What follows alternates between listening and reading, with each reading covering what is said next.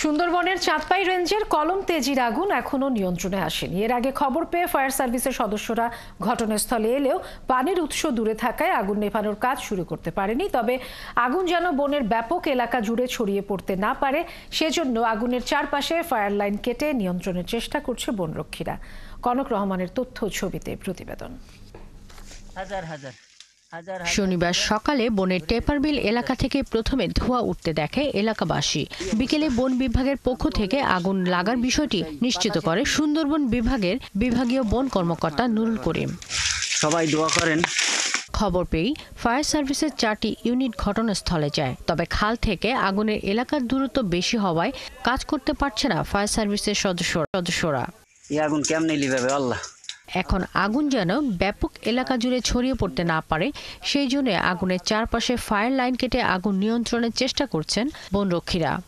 আমরা তো আগুনের খবর পেয়েছি দুপুর 1টার পরে আর কি, 1টার দিকে আমরা খবর পেয়েছি।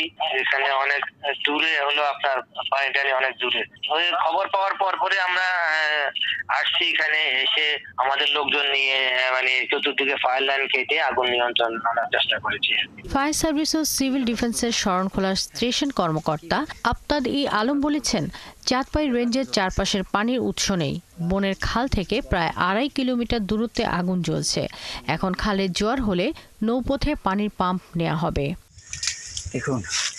শাকিলা শম্পা, 71।